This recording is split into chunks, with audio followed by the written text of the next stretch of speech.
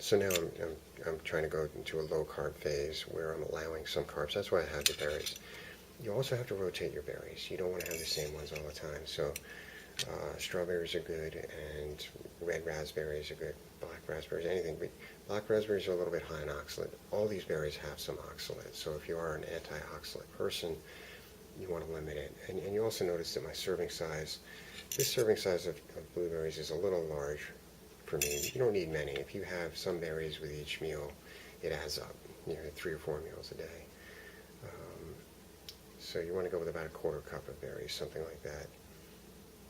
Not much, but you want to rotate. So you want to rotate all the different things, different meats, different greens, cruciferous or leafy, different types of berries, strawberries, red raspberries, black raspberries, blueberries, of course. Everybody knows blueberries are the most fantastic fruit on earth. They're supposedly packed with these phytonutrients.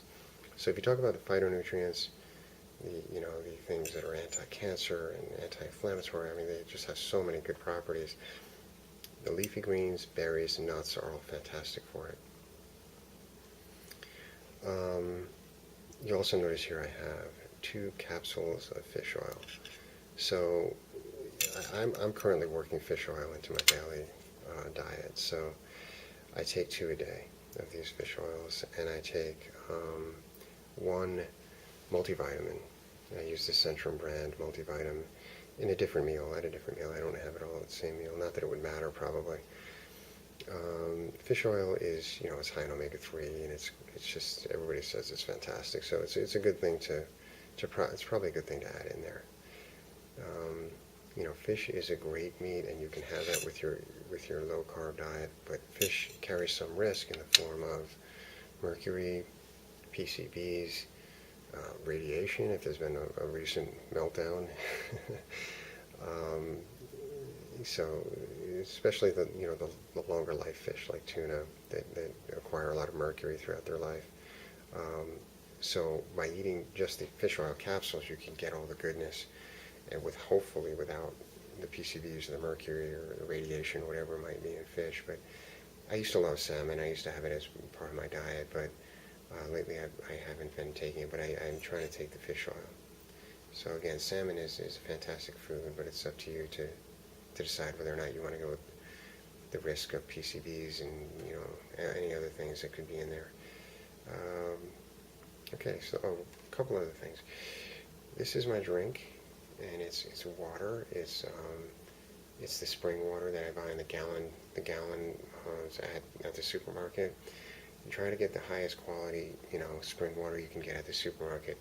I don't believe in tap water because I feel that the spring water, it tastes so good and so clear, and I chill it, by the way. It's just fantastic, and it motivates me to drink water instead of other more tastier drinks, because if a drink tastes good, that means it's got sugar in it or something like that. So you want to be a water drinker, and I just love this.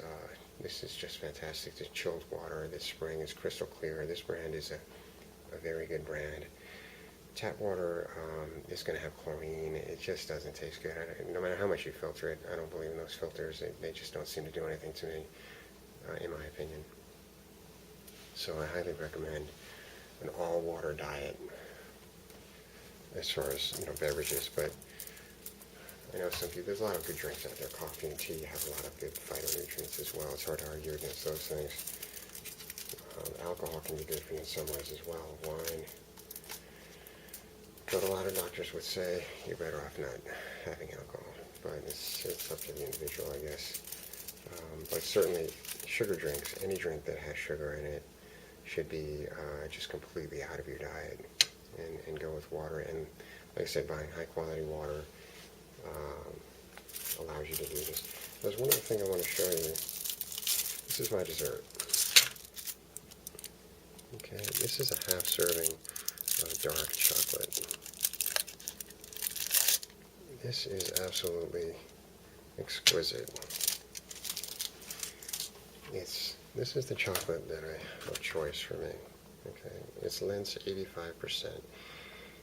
You probably heard in the press lately about all the good press that dark chocolate is getting. This is extra dark, as you can see there, 85%. So it's full of flavonols or flavonoids. These are these phytonutrients. It's just fantastic for you. Lowers blood pressure, fights cancer, yada yada yada. It's just really good for you. But there's trade-offs with chocolate. It's high in fat and it's high in sugar. So not all dark chocolates are going to be the same. If you're going to get into the chocolate route for the benefits of it, I recommend that you have to go 85% cocoa or higher. So you have to seek out these higher quality brands. This bar costs about $3. This is 1/5 of the bar, and it's a half serving. So the numbers on this chocolate are, per serving it's 18 grams of fat, 11 saturated. So it's a half serving. That's 9 total, 5.5 saturated. Okay, now the saturated fat in chocolate, this is a bonus, is not bad for us in the same way that the saturated fat in meats or other saturated fats like dairy, it supposedly, the experts say, does not contribute to cholesterol and heart disease and all that kind of stuff. So the saturated fat in chocolate is a different kind of saturated fat that is okay. It still might make you fat if you're not exercising and stuff like that, but nonetheless, it's not as bad of a saturated fat as the kind in animal fats and stuff like that. The sugar content of this particular bar is 15 total per serving, 15 total carbs and 5 sugar. So I'm taking a half serving.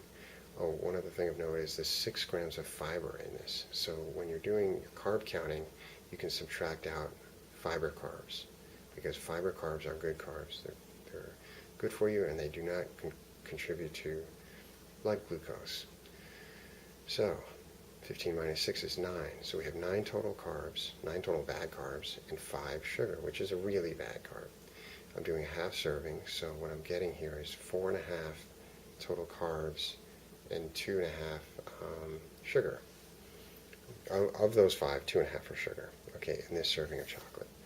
So that's the trade-off I'm getting for the fantastic benefits of dark chocolate, in addition to the great taste and the enjoyment and the way that it kind of caps off your hunger. At the end of a meal, it just kind of finishes you off, and you're not going to be craving anything thereafter.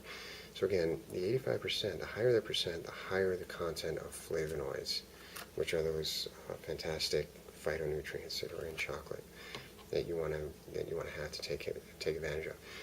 The other dark chocolates out there on the market, things like Hershey Special Dark, Cadbury Royal Dark, there's other ones out there that are fantastic but tasting, but they're going to be very high in sugar if they're a lower percentage of cocoa. Say Hershey Special Dark is 35% cocoa.